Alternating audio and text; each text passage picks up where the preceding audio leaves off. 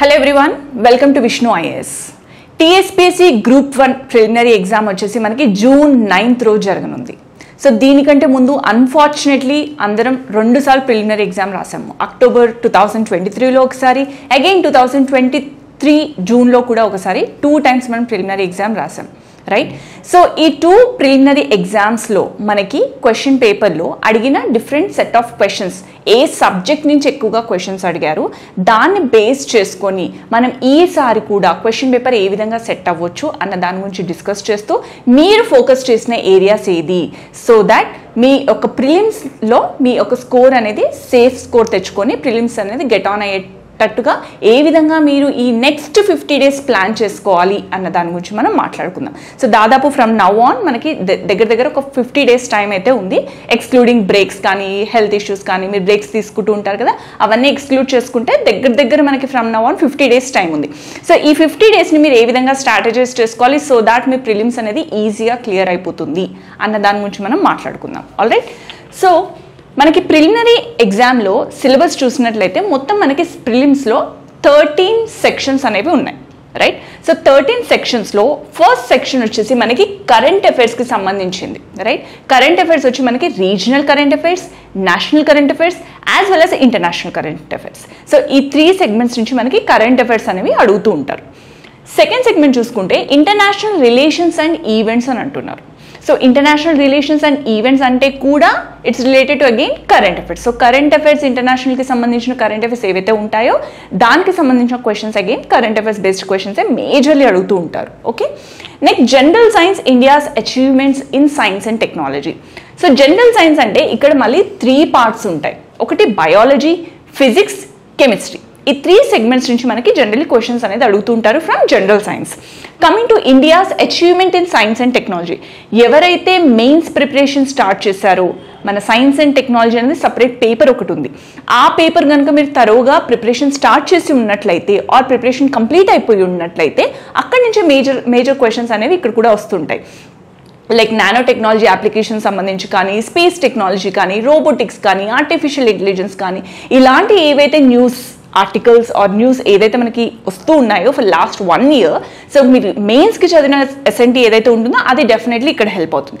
లేదా last 1 year current affairs ఏవైతే మీరు చదువుతూ ఉంటారో సైన్స్ అండ్ టెక్నాలజీకి సంబంధించి ఇక్కడ కూడా majority of the questions will again come from current affairs, right?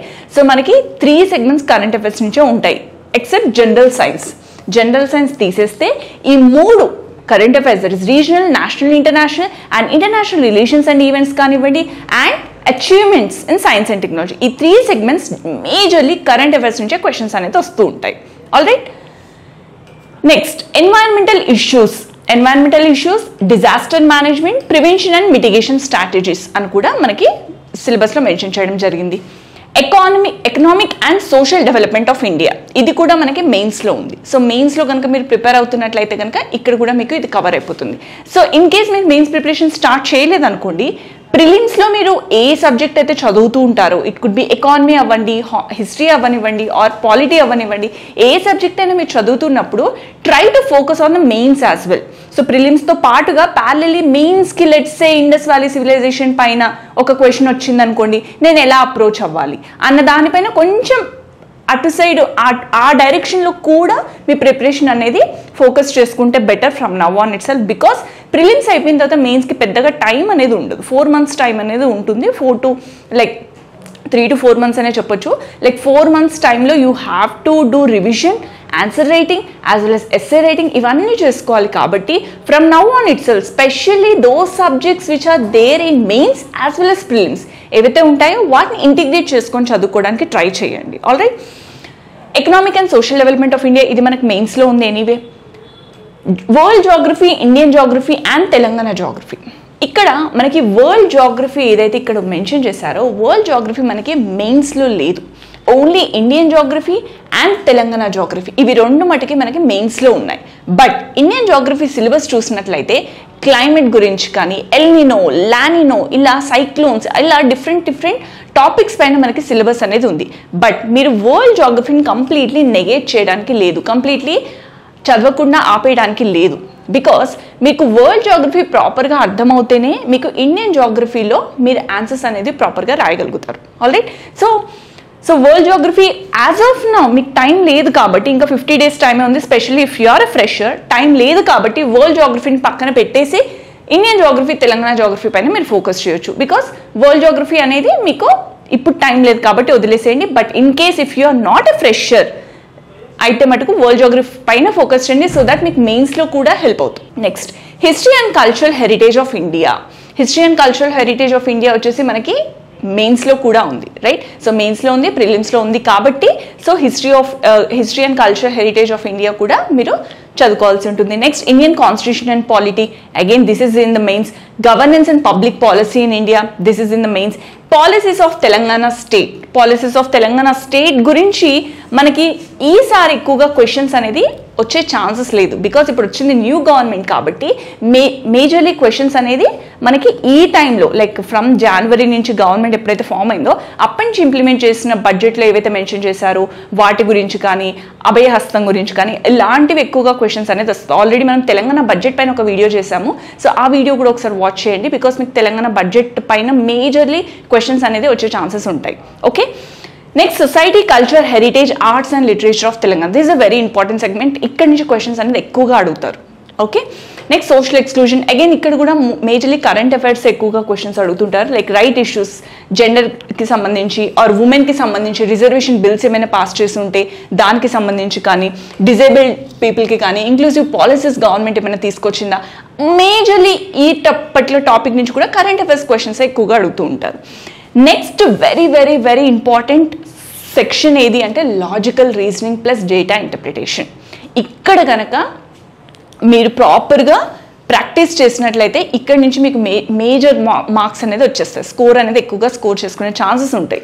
Like data interpretation and logical reasoning నుంచి మనకి లాస్ట్ 2 ఎగ్జామ్స్లో కూడా more than 20 క్వశ్చన్స్ అడిగారు.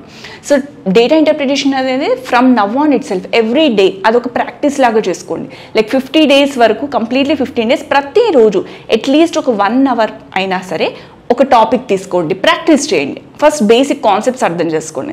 లైక్ స్పీడ్ అండ్ డిస్టెన్స్ అనుకోండి, ఆ పర్టికులర్ స్పీడ్ అండ్ డిస్టెన్స్కి సంబంధించి ఫార్ములా ఏంటి అండ్ వాటికి సంబంధించిన డిఫరెంట్ మోడల్ ఆఫ్ క్వశ్చన్స్ ఏముంటాయి అండ్ ఆ క్వశ్చన్స్ని ఎవ్రీడే కొంచెం కొంచెం ప్రాక్టీస్ చేయండి. ఆ టాపిక్ అయిపోగానే నెక్స్ట్ టైమ్ అండ్ వర్క్, అలా ఒక్కొక్క టాపిక్ అనేది చూస్ చేసుకొని డైలీ అట్లీస్ట్ ఒక 10 క్వశ్చన్స్ అలా మెల్లిమెల్లిగా మీరు సాల్వ్ చేసుకోవడానికి ట్రై చేయండి, ప్రాక్టీస్ చేయడానికి ట్రై చేయండి. మీరు నాన్ మ్యాథ్స్ బ్యాక్గ్రౌండ్ అయినప్పటికీ కూడా it's okay, the questions will not be more than 10th standard. Even మనకి లాస్ట్ టైం జూన్లో జరిగిన ఎగ్జామ్, అక్టోబర్లో జరిగిన exam standard of the questions are very high, but majorly questions అనేది మనకి అంత స్టాండర్డ్ అయితే సెట్ చేయరు, బికాస్ జూన్లో జరిగిన ఎగ్జామ్ పేపర్ మీరు చూసినట్లయితే questions are not of that standard, నార్మల్గానే ఉన్నాయి. Like everyone will be able to solve those questions easily with little amount of practice.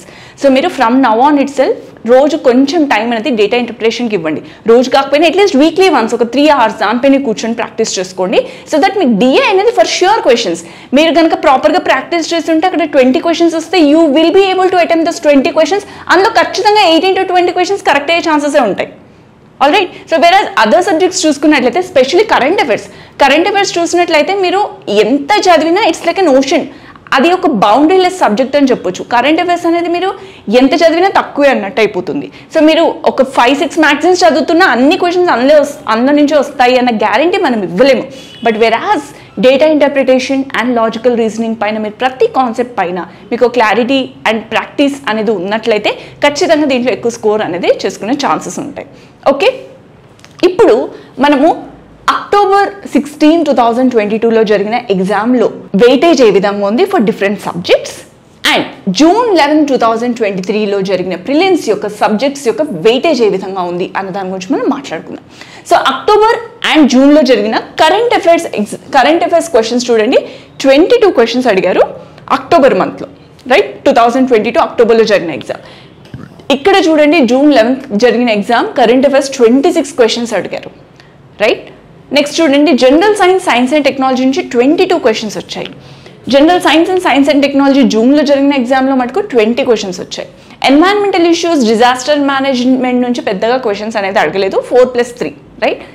8 questions అడిగారు, 7 క్వశ్చన్స్ అడిగారు. Environmental issues and disaster management ఇక్కడ వచ్చేసి 10 questions అడిగారు. Okay. Economy నుంచి ఇక్కడ just 5 questions అడగడం జరిగింది.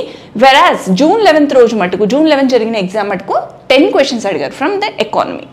జాగ్రఫీ నుంచి చూడండి 16 క్వశ్చన్స్ అడిగారు.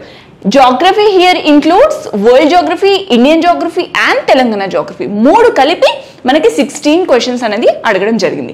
వెరాజ్ జూన్ 11 జరిగిన ఎగ్జామ్లో 14 క్వశ్చన్స్ వచ్చాయి from geography. Okay, Indian history నుంచి చూడండి 9 క్వశ్చన్స్ అడిగారు October 16 జరిగిన ఎగ్జామ్. వెరాజ్ జూన్ 11 జరిగిన ఎగ్జామ్లో మనకి 11 క్వశ్చన్స్ అడిగారు. ఓకే, ఇండియన్ పాలిటీ అండ్ గవర్నెన్స్లో 16 క్వశ్చన్స్ అడిగారు అక్టోబర్లో. వెరాజ్ ఇక్కడ వచ్చేసరికి 20 క్వశ్చన్స్ అడిగారు మనకి జూన్లో జరిగిన ఎగ్జామ్. పాలసీస్ ఆఫ్ తెలంగాణ మనకి 5 క్వశ్చన్స్ అడిగారు. ఇక్కడ పాలసీస్ ఆఫ్ తెలంగాణ 4 క్వశ్చన్స్ అడిగారు. తెలంగాణ హిస్టరీ అండ్ కల్చర్ చూడండి 16 క్వశ్చన్స్ అడిగారు. వెరాజ్ ఇక్కడ 9 క్వశ్చన్స్ అడిగారు. Okay, social exclusion 7 questions. Social exclusion ఇక్కడికి వచ్చేసరికి 6 questions. Logical reasoning and data interpretation చూడండి ఇక్కడ 23 క్వశ్చన్స్ అడిగారు అక్టోబర్ 2022లో. వెరాజ్ 23లో చూడండి 20 క్వశ్చన్స్ అడిగారు. ఓకే, ఇక్కడ మేజర్లు ఎక్కడి నుంచి క్వశ్చన్స్ ఎక్కువగా ఫ్రేమ్ చేస్తున్నారు అంటే ఒకటి కరెంట్ అఫైర్స్. ఇప్పుడు 22, 25 కదా, 26 కదా, సో మేజర్లీ మనకి కరెంట్ అఫైర్స్ నుంచి దాదాపు ఒక 25 క్వశ్చన్స్ అని ఎస్టిమేట్ చేసుకుందామా, రైట్? సో కరెంట్ అఫైర్స్ నుంచి మనకి జనరలీ ఒక 25 క్వశ్చన్స్ అనేది మనం రఫ్గా అనుకోవచ్చు. Next general science and technology చూడండి. జనరల్ సైన్స్ అండ్ టెక్నాలజీ నుంచి కూడా చాలా క్వశ్చన్స్ అడుగుతున్నారు, లైక్ 20 క్వశ్చన్స్ అడిగారు, రైట్? సో ఇక్కడ కూడా మనకి మళ్ళీ ఈసారి కూడా ఒక 20 క్వశ్చన్స్ అనుకుందామా. Okay, so environmental issues, disaster మేనేజ్మెంట్ని మీరు కంప్లీట్లీ పక్కన పెట్టేసిన ప్రాబ్లం లేదు యాజ్ ఆఫ్ నౌ. మీకు ఎనీవే మళ్ళీ మెయిన్స్లో ఎన్వైరన్మెంటల్ ఇష్యూస్ గురించి చదవాల్సి ఉంటుంది, బట్ యాజ్ ఆఫ్ నౌ ఇప్పుడు మనకు పెద్దగా టైం లేదు కాబట్టి ఎన్వైరన్మెంటల్ ఇష్యూస్, డిజాస్టర్ మేనేజ్మెంట్ పక్కన పెట్టేసిన ఇట్స్ ఓకే. బికాస్ హార్డ్లీ మనకు ఒక 10 క్వశ్చన్స్ ఆర్ 6 క్వశ్చన్స్ వస్తాయి, అంతకంటే ఎక్కువ అయితే రావు. 6 to 10 క్వశ్చన్స్ మధ్యలోనే వస్తాయి. ఎకానమీ నుంచి కూడా మనకి 5 to 10 క్వశ్చన్స్ అనేది వస్తాయి. ఇన్ కేస్ ఎకానమీ కొంచెం చాలా టెక్నికల్గా ఉంది, నాకు ఇప్పుడు at this point of time నాకు కష్టమైపోతుంది, నేను చదవలేను అని అనుకుంటే just go through the budget. మన ఇండియన్ బడ్జెట్ కానీ దట్ ఈస్ ఇంటరిమ్ బడ్జెట్ ఏదైతే మనకు వచ్చిందో బికాస్ ఆఫ్ ది ఎలక్షన్స్ మనకి ఇంటరిమ్ బడ్జెట్స్ అనేది వచ్చాయి తెలంగాణలో as well as Indian budget. So ఈ యొక్క ఇంటరిమ్ బడ్జెట్స్ ఒకటి చదువుకోండి. అందులో ఉన్న కాన్సెప్ట్స్ లైక్ జస్ట్ జీడిపి అంటే ఏంటి, నేషనల్ ఇన్కమ్ అంటే ఏంటి, అలాంటి కాన్సెప్ట్స్ ఏంటి అనే బేసిక్ డెఫినేషన్స్ అర్థం చేసుకోవడానికి ట్రై చేయండి. ఇన్ డీటెయిల్గా ఎకానమీ అంతా చదివేంత టైం లేదు కాబట్టి బడ్జెట్ చదువుకొని బడ్జెట్లో ఉన్న టర్మినాలజీ పైన గ్రిప్ తెచ్చుకోవడానికి ట్రై చేయండి.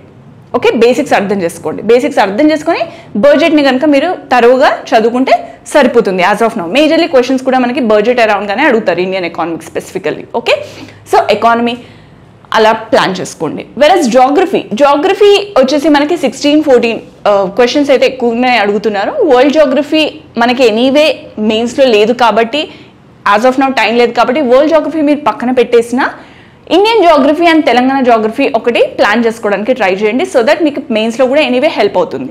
ఓకే, నెక్స్ట్ ఇండియన్ హిస్టరీ నుంచి మనకి 9 to 11 క్వశ్చన్స్ అడిగారు. ఓకే, ఇండియన్ హిస్టరీ వచ్చేసి 9 to 11. వెరస్ ఇండియన్ పాలిటీ చూడండి it has a highest weightage. Indian polity and governance నుంచి మనకి 20 క్వశ్చన్స్ వరకు వస్తాయి. 16 to 20 క్వశ్చన్స్ మనకి ఇండియన్ పాలిటీ అండ్ గవర్నెన్స్ నుంచి వస్తాయి. ఓకే, ఇండియన్ పాలిటీ నుంచి 20 క్వశ్చన్స్ అనుకోండి. ఇది వచ్చేసి కరెంట్ అఫైర్స్, ఇది వచ్చేసేసి general science. Okay, next policies of Telangana మనకి మేజర్లీ ఈసారి మటుకు ఈ యొక్క లాస్ట్ గవర్నమెంట్ యొక్క పాలసీస్ గురించి ఈసారి క్వశ్చన్స్ అనేది ఎక్కువగా ఫ్రేమ్ చేసే ఛాన్సెస్ చాలా తక్కువ ఉన్నాయి, లెస్ ప్రాబబిలిటీ ఉంది. అందుకోసం బడ్జెట్ కానీ ఆర్ తెలంగాణ కరెంట్ అఫైర్స్ ఏవైతే రీసెంట్గా గవర్నమెంట్ ఏదైనా ఇనిషియేటివ్స్ ఏమైనా తీసుకొచ్చినా, పాలసీస్ ఏమైనా తీసుకొచ్చినా వాటి గురించి ఫోకస్ చేయండి. దాని యొక్క సిలబస్ కూడా చాలా తక్కువగా ఉంటుంది ఇప్పుడు, రైట్? సో అదొకటి చదువుకుంటే సరిపోతుంది.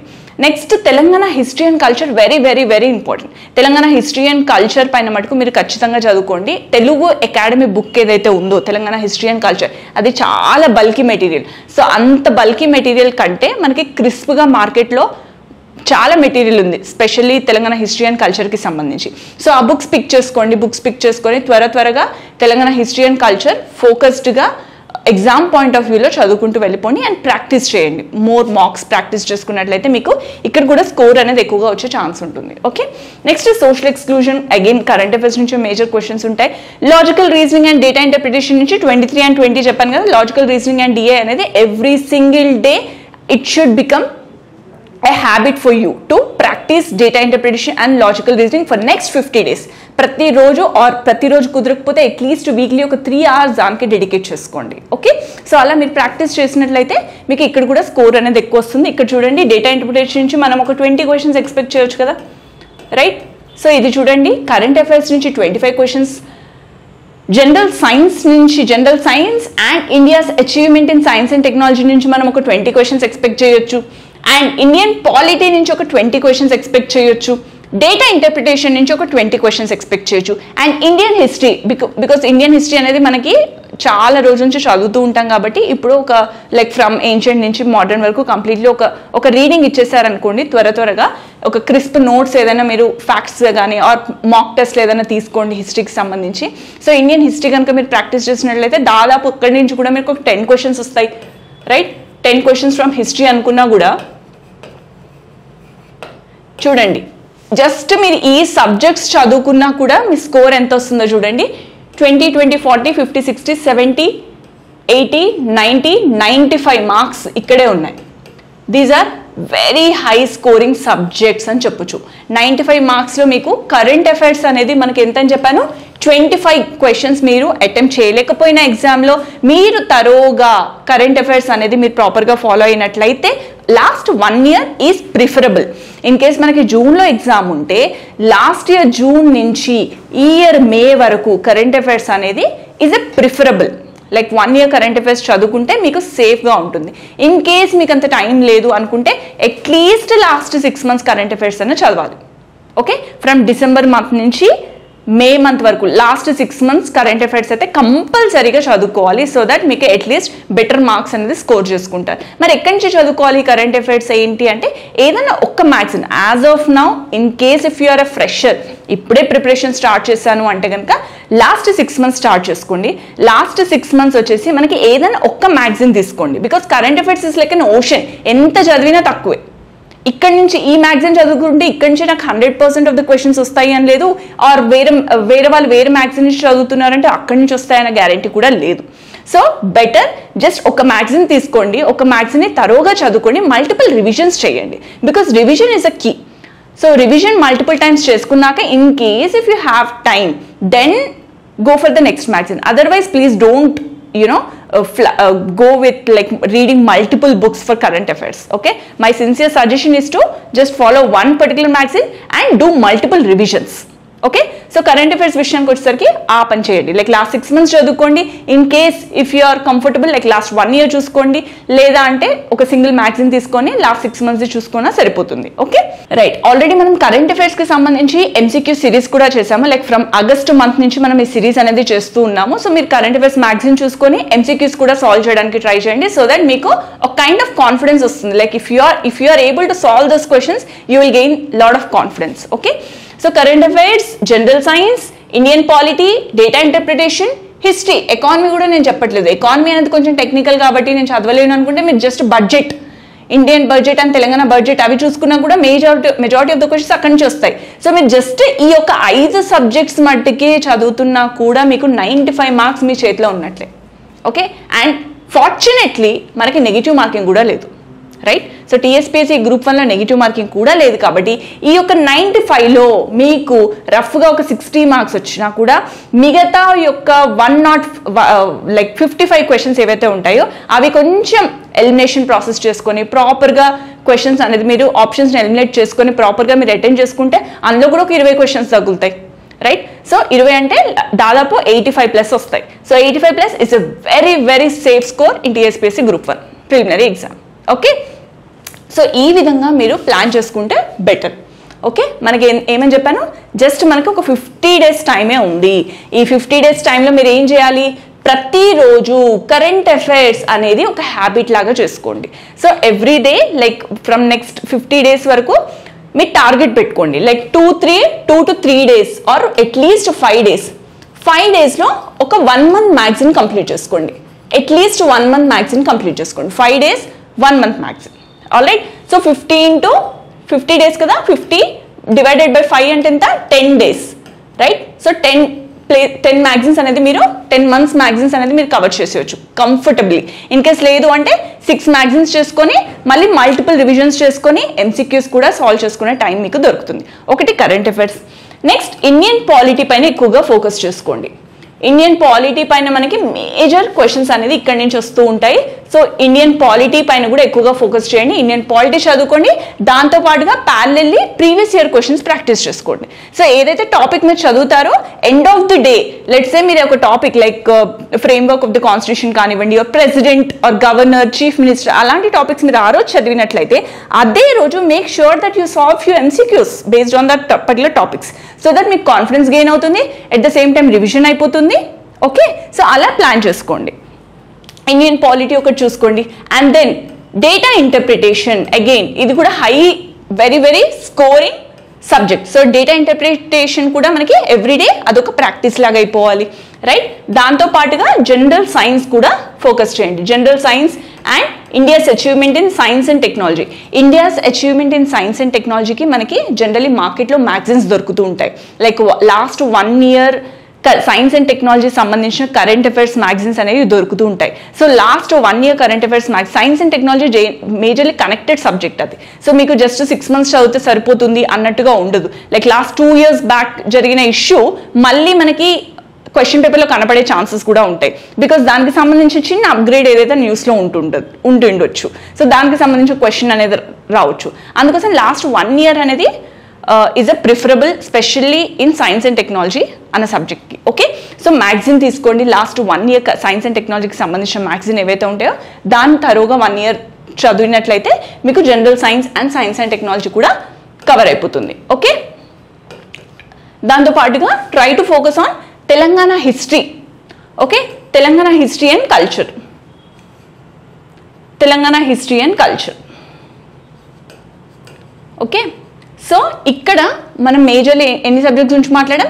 5 subjects గురించి మాట్లాడుతున్నాం. ఓకే, సో 5 subjectsలో current affairs and data interpretation, ఇవి రెండు మటుకు every single day it should become part of your preparation. మీరు 8 hours or 10 hours చదువుతున్నట్లయితే అందులో ఒక 4 hours completely current affairs and data ఇంటర్ప్రిటేషన్కే ఫోకస్ చేయండి. మిగతా అవర్స్ మటుకు వీటిపైన ఫోకస్ చేయండి. Indian polity, general science and Telangana history. Okay, so దీనిపైన ఫోకస్ చేయండి. ప్యారలల్లీ ఇవన్నీ అయిపోయిన తర్వాత if you have enough time with you, ఇవన్నీ 5 subjects ఫోకస్ అయిపోయిన తర్వాత దెన్ ఇండియన్ హిస్టరీ పైన ఫోకస్ చేయండి అండ్ ఇండియన్ ఎకానమీ పైన ఫోకస్ చేయండి. ఆల్ రైట్, సో వాటిపైన ఫోకస్ చేసుకోండి in case if you think you are thorough with these 5 subjects. Okay, so that's about it. This is the strategy which you can follow for prelims. So definitely మీరు కనుక ఈ strategy follow అయినట్లయితే ఖచ్చితంగా మీ prelims అనేది clear అవుతుంది. So ప్రిలిమ్స్కి కావాల్సింది major thing is confidence. So confidence అనేది important. So confidence in case if you think you can clear prelims, definitely మీది క్లియర్ అవుతుంది. ఎగ్జామ్లో కూడా ఆ కైండ్ ఆఫ్ కాన్ఫిడెన్స్ అనేది మీకు ఉండాలి. నాకు అవ్వదేమో, నాకు రాదేమో, నేను తప్పు చేస్తున్నానేమో అన్న ఒక చిన్న డౌట్ ఎక్కడున్నా కూడా there is very very very less chances that you will clear prelims. So be confident, definitely you will achieve your dreams. So prelims అయిపోయిన తర్వాత జస్ట్ ఒకటే మెట్ ఉంది, మెయిన్స్ ఉంటుంది. సో మెయిన్స్ అయిపోయిందంటే you will be sitting in your dream job, that is deputy collector అవ్వనివ్వండి, DSP అవ్వనండి, ఏదైనా అవ్వనివ్వండి. All right, that's about it. Thank you so much and all the very best.